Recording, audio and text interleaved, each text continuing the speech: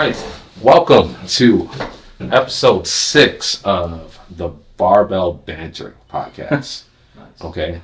Now, my co-host, as you know, Ned, is training right now. And this is the time that we have. So we're going to utilize it. Hopefully he can come in at some point in time. He might just pop in here. I don't know. He likes to do that. You know, interrupt videos all the time. But it ends up being pretty good. So, but if you wouldn't mind just introducing yourself, letting people know who you are. Yeah. Tell them a little bit about yourself. So my name is Dr. Keith Acosta. I work with South Central Chiropractic, Sports and Wellness down in Shrewsbury, PA. I've been working as a chiropractor for roughly about 8 years. Started right out of grad school down in Bel Air, Maryland, moved up here, and it's been history ever since. I've been working with a multitude of different people. I used to actually be the Baltimore Brigade team chiropractor, which is the arena football team there in Baltimore, for about 3 years, 3 seasons. And really gained a lot of experience from that, working with higher level athletes and all that fun stuff. So Nice. yeah, that's kind of a brief history of what I've done with regards to chiropractic. But yeah. What inspired you to be a chiropractor? Back when I was in high school, I was a baseball player, so I had an injury with my elbow, and I went to PT and got I actually had orthoscopic surgery on my elbow, and really all that stuff didn't help it too much outside of me going to a chiropractor that adjusted my spine, my neck, my mid-back, and really helped me with my overall pain in my elbow and my shoulder. And that kind of geared me somewhat towards looking into chiropractic care. And then when I was in my undergrad, because I was back in high school, when I was in my undergrad, I was exercise science major and just was looking for avenues to pursue. And I did athletic training, physical therapy aid, all sorts of different things. And then finally I was just I think I have the drive and, the commitment to, go to grad school and become a chiropractor. So I chose that path. And then the rest is history. Nice. What was the first time getting adjustment So back in high school. Sorry. It's okay. Yeah, back in high school, it was my junior year of high school. I got my first adjustment, and I'm not gonna lie, it was nerve wracking. If you've never had it done before, somebody's touching your neck. When do people touch your neck? No. Sometimes not even your significant other does, and it's one of those things where it kind of, when you first have it done, it's a little bit freaky. But the relief that you get afterwards and the benefits that you have afterwards, especially if you have, range of motion restrictions, muscle aches, muscle pains, joint pain, it really does help kind of relax that overall irritation that you have. So, yeah. So I've never actually gone to a chiropractor. No? Okay. Other than the small adjustment that we did the other day. Yeah. And I've seen these really crazy videos. Oh, there's plenty out there. There's where it is is that normal to hear those really loud pops? A lot of the times I feel like that's dubbed because the majority of the times, well over 50% of the time, you don't really get a true, a true pop. And really all it is just release of pressure and, gas from those joint capsules that when you stretch them far enough, they create what's called a vacuum in the joint capsule. So it's almost like a collapsing of pressure, almost like a negative pressure in the joint, and it actually compresses those gas bubbles and causes them to pop and release. Hence the reason why you can go ahead and pop your fingers, and when you go to adjust the finger again, it won't do it because that pressure has not had that opportunity to build back up. So when it comes down to adjustment, it's really not so much that pop or crack that you're feeling. It's more the fact that we're putting a stretch into a joint that's really restricted and is not moving appropriately. So, yeah. So a lot of people have this common misnomer that, I need to feel this crack or I need to have this pop in order for me to feel better. It's just well, no. I like I said, I worked on, professional athletes, and there were times where I worked on their backs, their necks and things, and we didn't get that audible release, but they still had the benefits of, the muscles relaxing, the joints feeling less restricted. So it really depends too on patient to patient as well. What things you have, degeneration, arthritis, prior surgeries, scar tissue buildup, depending on what you do. And not only that, there's so many other factors like your activities, daily living that you do repetitively that could be causing that issue. So, Yeah. So on a scale of 1 to 10, Mm-hmm. right? Um, 10 being you completely just don't even care for it, or you, I'm not gonna say dislike it, because I know there's parts in every field that's like, there's good parts of the job and there's bad parts Oh, of of the job. course. So basically what I was asking is like, what's something where it's like the bad part that people don't really get to see, like as far as from your perspective, not necessarily from a client's perspective. Gotcha.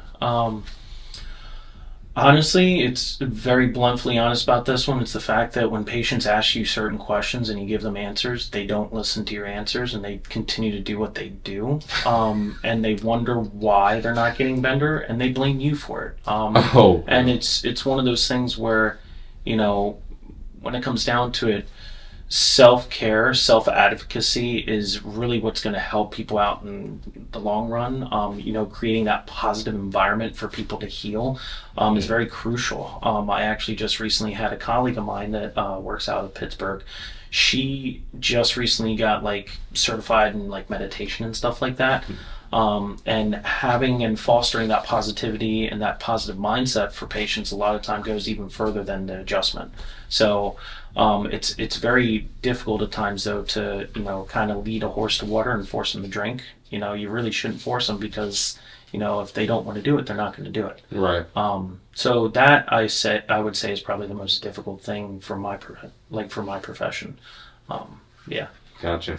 Gotcha. I can only imagine. It's like there, you tell them don't move your arm a certain way. Don't do something, but they're like so used to it, Exactly. And then it's like I've been going to the chiropractor, it's just not working. Like, so It's the good old fashioned saying of trying to teach old dog new tricks. It's difficult. It's difficult to break those cycles, those patterns that people have been doing for years. People a lot of times come to me and they ask me the question of what do you think caused my issue? And it's just like, well, it was for one the straw that broke the camel's back, and in order to find out what exactly the true straw was, well, we're now going to have to find and sift through all these different things if we don't have a true precipitating event. So from that standpoint, there's a lot of times where you're trying so hard to figure out the root cause, but when it comes down to it, the root cause is usually things that are done repetitively in nature for years on end that nobody goes ahead and tries to change or alter. But when we alter those things and lessen that, like let's say chronic sitting or chronic standing, and really things that are done repetitively in nature, if we don't change those or alter how we're doing them to make them more efficient or less agitating, then that's more than likely going to be the reason why we have the issues that we have.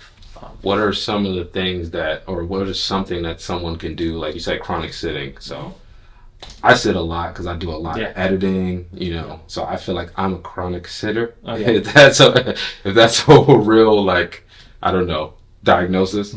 But what's something that I can do to like kind of relieve the wear and tear from sitting for so long? So I always recommend patients take like breaks, okay? Granted, they don't have to be long or extensive or anything like that. What you can do is maybe once every 30 minutes to 60 minutes, you get up, you stand up a little bit for like 30 seconds, go through a few ranges of motion for your lower back, like let's say flexion, leaning down towards the floor, extension, leaning back, rotating side to side, and even lateral flexion, leaning side to side. Doing those few motions and then literally just sitting back down and getting back into work can easily help you. Also, just taking a few extra minutes too within that break to try just a few easy stretches, like 2 to 3 stretches, just to stretch muscles out that have been so tense and also constantly resisting, like let's say, your pelvis from going ahead and leaning any more forward. A lot of times too, if your pelvis is kind of like underneath you, drawing your pelvis back and like be underneath your spine can also help as well. You have also a multitude of different other things you can try. Maybe not so much taking the breaks, but at the end of your day, going and utilizing like a foam roller to get yourself into extension, because when we're sitting, we're constantly in forward flexion and it really strains those muscles, and those muscles then get fatigued.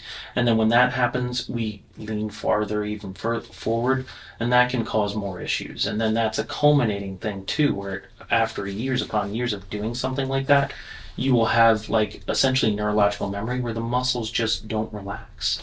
So I think that's my issue right now. a lot of times people Muscles can also can't do relax. direct compression as well, which is called self-myofascial release. That kind of stuff can really help.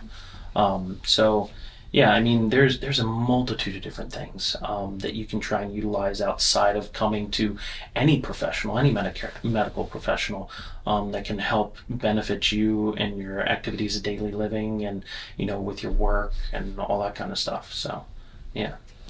Okay, so I look at it like, even though I sit a lot, because I've had a long period of time where I've also done a lot of standing. Mm-hmm. So can you kind of talk about that side of it too? Because I feel like I'm also a chronic stander too. Like, so I mean, when it comes down to it, posture in general is always constantly affected by two factors. You have force of gravity and whatever reactive force is underneath you. So if you have somebody that's, let's say, a hairdresser that's standing for a prolonged period of time with their arms up, if they aren't able to take breaks or they're also on a very hard surface, they're not going to have too much of a break or too much of a lull in how much gravity is being placed on them and also that force from the ground up underneath of them as well. So it's almost like they're getting accordion or squash. That's why a lot of times for people who have more of a desk job, I always recommend a seated to standing desk, a variable desk where you can, rise and put up and down. That is always a benefit. Granted, a lot of times people also are in positions like, let's say, warehouses or, if they're out and about walking, again, taking breaks more frequently can easily help. Like, let's say, sitting down for a few seconds. It doesn't have to be, minutes. It can be like 30 seconds, 10 minutes, just to break up the monotony of standing. You can also do standing stretches too that could potentially help if you're really feeling tight, achy, stiff. So there's a litany of different things that you can utilize, and there's also plenty of resources like YouTube is a great resource for YouTube University. Yeah, YouTube is great for overall stretching. A lot of times I reference YouTube and tell patients, if you really want something to utilize, just search beginner stretches for lower back pain or neck pain and things like that. And also you want to take things like that with a grain of salt if people on YouTube are not putting up like their credentials, like Right. if they're just some random person that's going ahead and showing you how to stretch. Do you have a YouTube channel? I do not. I used to when I owned my own practice, Okay. but I do not anymore. And a lot of times for me, like with YouTube, I'm not a good YouTuber. Why do you say that? Oh, what makes a good YouTuber? I would say just having that stage presence and really also having that ability to kind of captivate people and just kind of express what picture by picture what you're doing with patients and like how to like kind of segue into other things. A lot of times there's like chiros out there that all they're doing with their YouTube channels is just showing people their adjustments and they're dubbing their adjustments with like cracking sounds. Right. I mean, I have a friend of mine that literally puts like a microphone on somebody's back and does adjustments. And if he doesn't get like good pops, he goes ahead and dubs it and puts, extra pops in there. It's just like, well, again, going back to, not every time you adjust somebody, you will get that audible release. And that's where like with the YouTube channel, sometimes some information does get misconstrued. Okay. And, a lot of times people are just looking for, like the hits and the likes and all that stuff instead of actually giving true informative information and substance. Gotcha. So that's where I feel like certain doctors and stuff where they're forming like a YouTube channel, they just kind of are looking for that Clickbait. Exactly. That's what they call it. Clickbait. Exactly. Yeah. And as you can tell, I'm not that well versed in this stuff. So I was gonna say, I mean, not every brand is clickbait. Now, I understand the use of clickbait, and I see it as like a double-edged sword because you could almost overdo it. But I feel like if you're trying to get yourself out there, get exposure, use it as long as it's something where you actually can verify the information. Now, if you're misleading people, that's where it's an issue, And I feel like, I don't know, if you're doing it every day and it's something where you're actually passionate about, something that you don't have to think about. Like I could sit here and probably just have you talk all day about chiropractic. Oh, yeah. You know, so that's something where it's like you're a wealth of knowledge that only you know because you have different experiences, you know, and from your perspective. You know, you might not be as animated and, hey guys, you know, hi YouTube. Yeah. You know, but you don't have to be like that. Be yourself. I say still put it out because at the end of the day, you never know. That can potentially bring you another client, potentially help somebody, which is the bigger goal, right? You want to help people. So I look at it as, and it costs you what? Time to make the video? You could make that video with your phone, you know? Or we can come out and shoot it. But at the end of the day, it's like, you never know what it'll do, you know? So I look at it like, forget the clickbait. If it's something that were passionate about, now don't let me make you turn on the camera if you don't feel like it. Yeah. Ned has not turned off the camera since I came in here the first time and turned it on because he felt like I was gonna come in here and have him read a script and you know. No, we just sit here and talk like this. Now I might have some questions and some what of a guideline, but I really like to go off script because that's where you get the best stuff for me, you know. And that's my life for the most part. I try to follow a script, but it never works out. So for the most part, there's always going to be a rock thrown into my path. But you know, it's like we try to keep a positive outlook on that. So. Don't stop. If you got the YouTube, turn it back on, man. I'll put the link down in the description. Come on. We need to get people on YouTube and get their story out there because, you know, he's a wealth of knowledge and he can help a lot of people. So, yeah. That's one push. One person's pushing you. And now I'm going to say, comment below if you feel like he should start a YouTube channel. Let's see how many comments we got. Yeah, right. So what's new? What's going on with anything current? Like any events going on? So I mean, the main one in my life is the fact that my son's about to be 2 years old. He's turning 2 next Friday, but we're having a party for him tomorrow, so that should be fun. Awesome. Yeah. So there's that. There's also you know, plenty of different things that, of course, are going on in the area. But from a standpoint of chiropractic care, I mean, there's plenty of like new avenues of chiros that are coming out. Like chiropractic schools are getting more and more scientifically based as compared to what they used to be. Like they used to be what's called straight chiropractors, which means all they do is just adjust. And now there are a lot more what are called mixers, which they like actually take the science aspect instead of going off of what's called your body's innate intelligence, and they're looking into a lot more research on how to treat patients and how to go ahead and better patient care and outcomes. Granted, a lot of times with insurance companies, they're the ones who really restrict us and kind of keep us, you know, treating more like straight chiros, where we can't really, you know, spend the extra time with patients. So there's a multitude of different things that are going on in my profession as well as just the medical profession in general that are hopefully advancing care for patients. I say hopefully because some docs in general, MDs, PTs, chiros, they, you know, tend to stick with what they know instead of going out and branching out. But hopefully, you know, going forward and, you know, the things that are coming up, our profession continues to improve. So we'll see how that goes. But yeah, I also have been playing in the over 35 baseball league too. So just recently started back up with that. So we'll see how that continues. Nice. Yeah. What's that like? It's a lot of fun, honestly. Granted, I'm definitely playing with older people. I used to play in the over 30 league and there was a lot of younger guys. But now we're talking about guys like in their 50s, 60s. I even have a guy on my team that's in their 70s. So it's great that they're staying active like that, and that's what everybody should be doing. You know, trying their best to stay as active as possible. So, yeah. That's pretty awesome. Yeah. Ned, are you coming in here or what's going on? I didn't see a chair. Oh, are you gonna grab one? Yeah. Okay. I'm gonna have Ned come in here for a little bit. Where we at on the time? want to make sure. 21. Yeah. We got a good 20 minutes here. All right, let's see where we at on this list. I did have a list of questions I was looking at, more about chiropractic stuff. Of course. But let's see.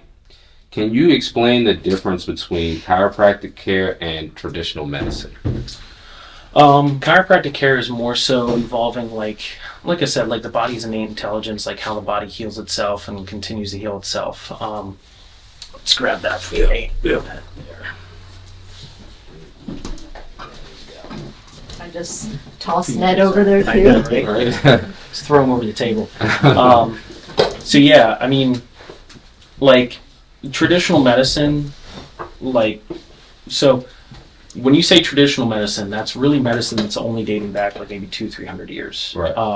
True traditional medicine would be like you have like Western medicine, Eastern medicine. Eastern medicine is old philosophies like Chinese ancient herbs and all that kind of stuff, like acupuncturists and things like that. So that type of medicine is more, again, talking about the body's innate intelligence, how it heals itself with, outside effects and more natural things than things that are made up in the lab. That's more Western medicine, or what we deem now traditional medicine. So what I am is I'm more of a specialist, or a what's the word I'm looking for?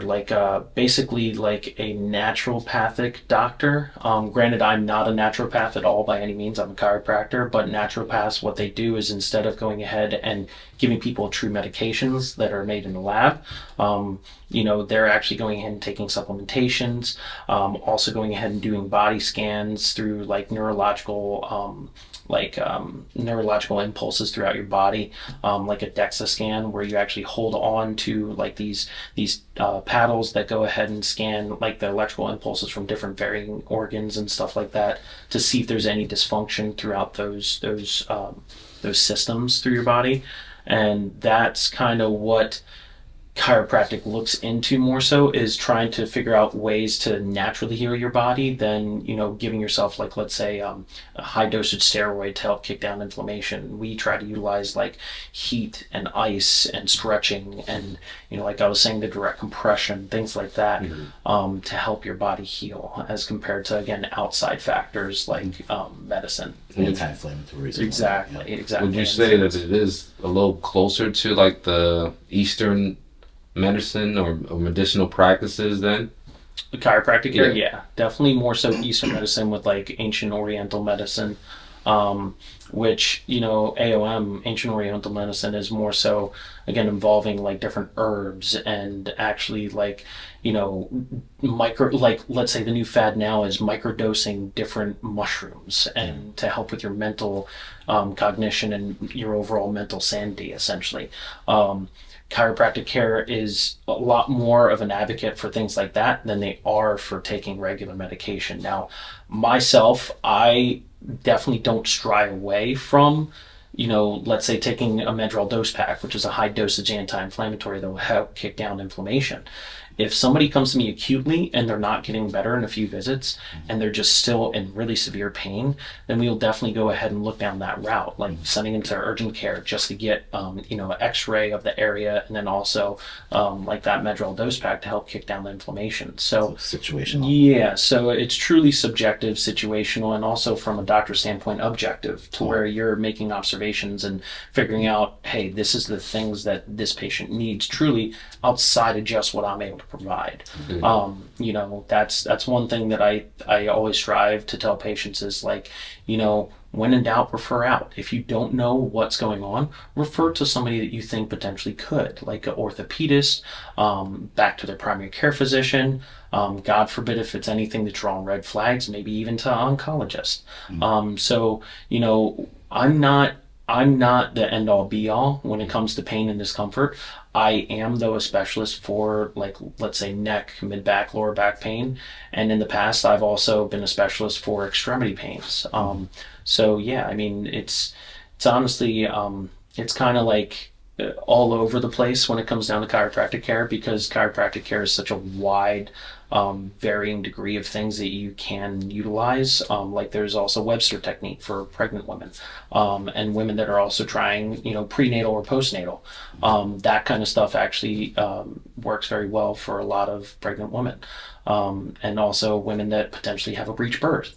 Their Webster technique can technically go ahead and actually help with the breech and make the baby actually come out, a lot more safely. So yeah, it's really interesting. So how do you measure like the success of a patient? So it's more like, honestly, it's subjectively and objectively like what you're getting from the patient and also what you're visualizing. So when it comes down to patient progression, that is more so what they're telling you. Like if they're telling you like, hey, my pain went from an 8 out of 10 and then in like a few visits I'm down to a 4 out of 10. Well, then that tells me that, hey, this patient's getting better. But at the same time, their pain scale also doesn't dictate how injured they are, because pain is usually the last thing to come on when you have injury and also the first thing to go away when you have recovery. So just because someone's pain goes down does not mean that they're doing better, because they can have still a lot of movement patterns that are dysfunctional that are still causing this thing to potentially come back. So yeah, it's kind of really interesting topic. What would you say, like, what's the most common injury that you... Most common injury would definitely be neck and lower back pain, and it doesn't have to radiate into your extremities or anything like that. It can just be very focal, and also diffuse, like where it's just kind of in that general area.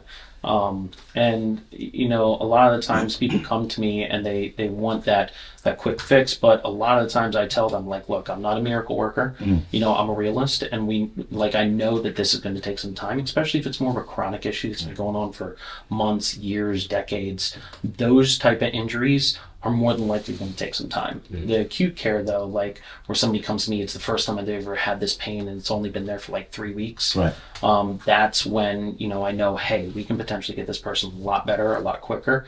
But yeah, chronicity is usually chronic neck and lower back pain is what I usually see. Do you find like sometimes like the injury, like a lower back injury, is not really in the lower back, it's either in the, hamstrings, calves, or somewhere radiating to that point? So a lot of times what people don't even realize is that your back, your lumbar spine is supposed to be extremely rigid and very stable. The stability comes from your hips, your core, your lumbar erector muscles, as well as like your hip flexors. If your hip flexors are way too tight, they're going to compress the spine, create a shearing force, and She's irritate stretching the in the back. disc. So from that standpoint, a lot of times you have different areas of your body that are dysfunctional that are causing the problem of the lower back pain. And the majority of the time, you have muscle tension and muscle aches that are going to cause the spine to compress, because without the muscles, the spine is just literally a bag of bones. Like there's standing no all movement. night. Exactly. There's no movement or anything like that really occurs without the muscles. So if the muscles are really tight, really tense, especially people that are doing like heavy lifting, bodybuilding, things like that, a lot of those people, are really under a lot of stress, a lot of compression, and if their joints don't, stretch or anything, or get mobility back into them, that will cause that pain and discomfort. That will cause inflammation. If you have a shoulder injury and you try to work through it anyway and lift heavy, and Correct. make it worse. That's very true. Sometimes you gotta check your ego, right? That's very true. That is And very, very every true. single time you go into any gym or any athletic event, you should always be checking your ego at the door, because yes, you want to go ahead and be a competitive person, but if you go ahead and push yourself too far and push yourself out of that max amount of capacity that We've your all body done can that. do. I've done a lot of Yeah, stupid I things mean, that that's how I feel injured that. my elbow. I mean, constantly overexerting yourself, eventually will lead to tissue breakdown. What about in the sense of trying to heal yourself? Like, is there in a sense, can you overexert your healing capabilities? I mean, you can definitely, with anything, you can always overdo it. Anything in excess will more than likely cause some sort of dysfunction. Even when you go ahead and utilize heat or ice for a prolonged period of time, well, you can burn yourself. And you can also create frostbite or burn yourself with ice. Stretching, you can easily stretch your muscles too far and your joints too far and create a strain or a sprain. So it's always about finding that finite, area that you don't go towards the outliers, and you stay within that area and that sweet spot. Essentially, if you stay within that sweet spot with training, with your activities, daily living, with really anything in life, more than likely you're going to be safe. You're not going to go ahead and be overexerting yourself and essentially killing yourself, taking years off your life. So yeah. How do you like suggest staying in that sweet spot, or even finding that sweet spot? I mean, you definitely over the years kind of play around with testing those boundaries, and it's more so about what you're feeling, especially from a physical standpoint. Like if you start feeling really any discomfort while you're just training, that discomfort and that pain is coming on because we might be potentially causing some damage to those tissues. Like you can cause micro trauma and micro tears in the muscles, which really when it comes down to building muscle, that's kind of what you want to do. You want that DOMS, or that delayed onset muscle soreness 24, 48 hours later, because that means that you've essentially worked the muscles far enough to where they're creating those micro tears and then causing more cross facilitation of those muscle fibers to go ahead and create stronger bonds and increase the proliferation of those muscles, so the muscles grow.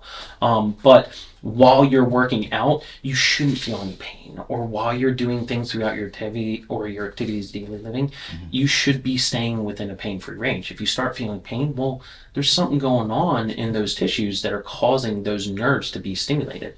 And they're actually called, I believe, if I remember correctly from grad school, they're called type C fibers, and C fibers are pain fibers, and pain fibers are literally the longest responding, like they're the longest, or they take forever to reach the brain. That's why you can do certain things to lessen pain awareness.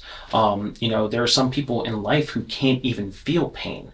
And that's because their body has this dysfunction where they are not able to have those transmitted to the brain. Nerve issues, yeah, exactly. So what about explaining a little bit the difference between, like, because you're saying that you shouldn't feel pain when you're working out.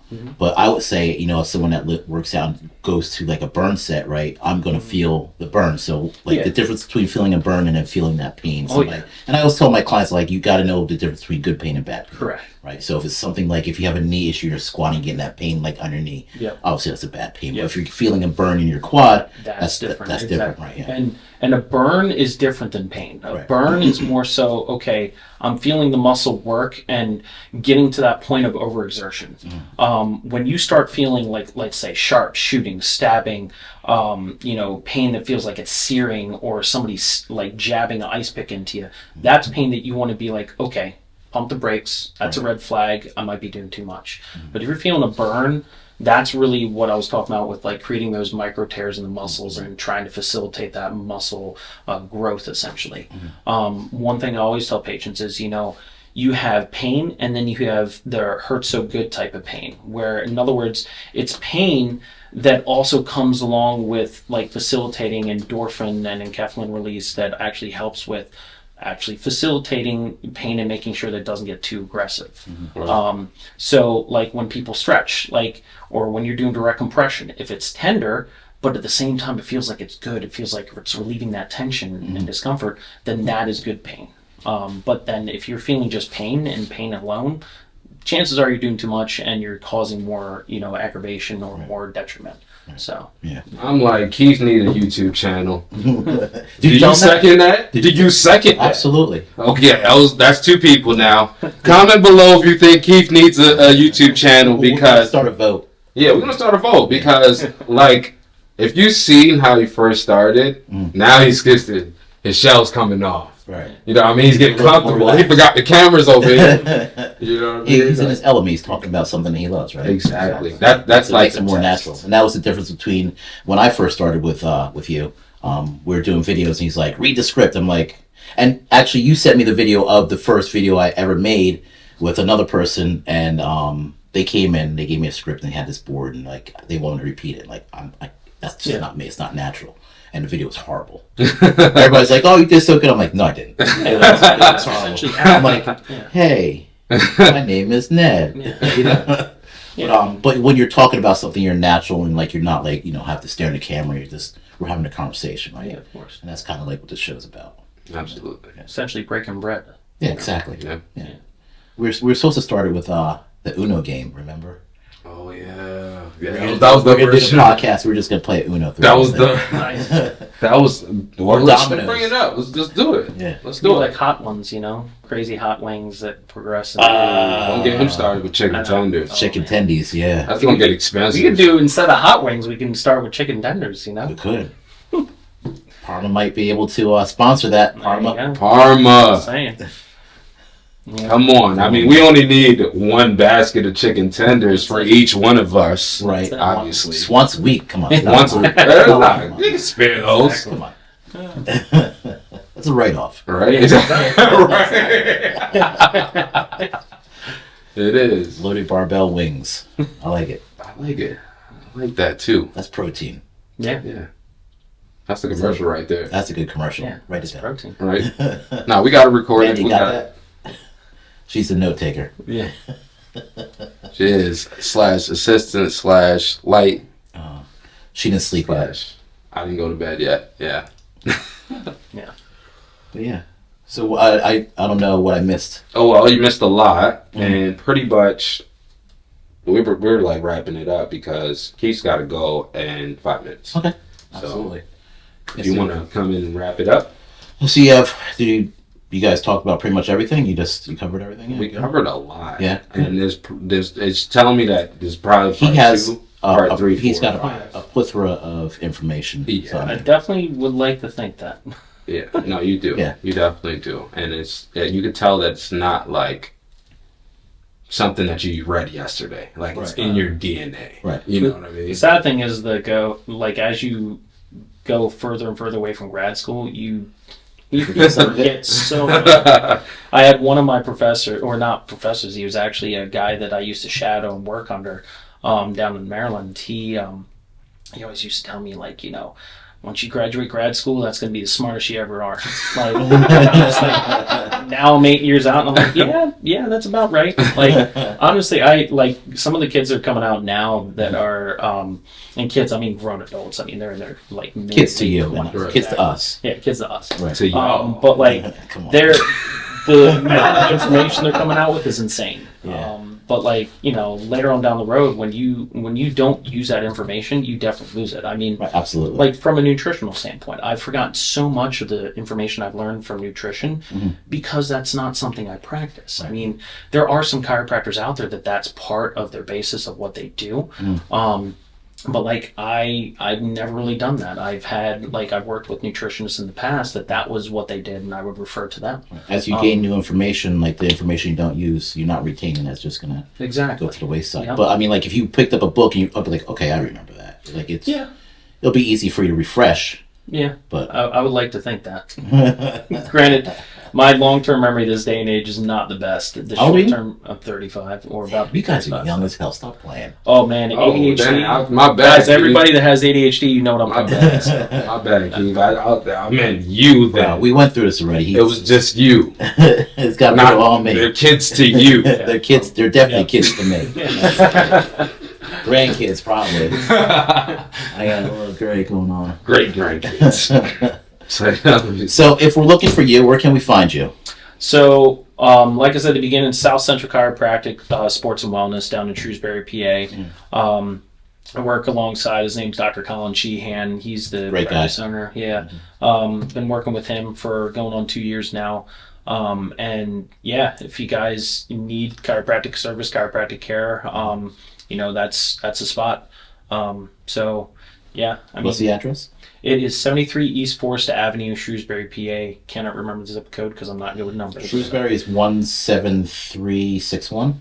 173. Thought that might have been Stewart's. Not 100% But sure. I'm not 100% sure. They're all. We're acting You like would know better than I me. think it's 17361. Yeah. If I What's the remember. zip code for Shrewsbury? Let's see what it comes up with. Who wins? Neither of you. You sure you got Shrewsbury, PA? No. Is What's the zip code for Shrewsbury, PA? that an iPhone? It is 17361. There See? you go. For an old guy, I remembered. Yeah. All right, we'll take a couple years off for it. No, yeah. Take a couple more. We'll take- It's rollbacks like Walmart. Yeah, Right. yeah, exactly. That would be a funny skit. Go wrong back. So I think we should come back with a part 2. Definitely. We'll cover some other stuff. Definitely. Yeah. Do you have any social media or anything like that that we want to link? I do not. I had social media with my like when I own my own practice. I'm not too sure if Colin actually has social media. He does. I think he has Facebook. I don't think he has Instagram or Twitter. I think he's got a personal, if I'm correct. I know that But definitely Facebook. I know Facebook definitely. There is the South Central Chiropractic Sports and Wellness page. We definitely, I think, could post a little bit more. But at the same time, I mean, we're busy people, and when it comes down to it, when people come into us, we definitely give them the time that they need, and also explanations that they need. You guys do great down there too. So try to. Yeah. I mean, that's the biggest thing. So hopefully we can continue that trend. Good. You guys will. I'm sure he's. Like I said, Colin's a great guy, and you know your stuff. You're also a great guy too. I got to throw that in there. You know what I'm saying? No, but seriously, no, you guys do a wonderful job down there. I know Colin for a long time, so yeah, he's nothing but success for you guys. Yeah, so let's keep it up. Yeah, absolutely. Yeah. Well, thanks for coming in. Yeah, appreciate it. So, you want to close it down? All right, that was episode 6. I'm sorry for missing a week, y'all. If y'all was following us, of course they're following. Never assume. I know. That was a joke.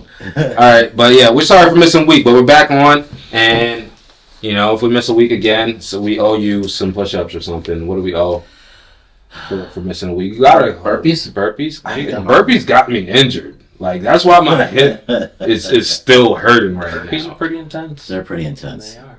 You're gonna give them burpees. I'm gonna do them. I tell people to do them. Okay, well.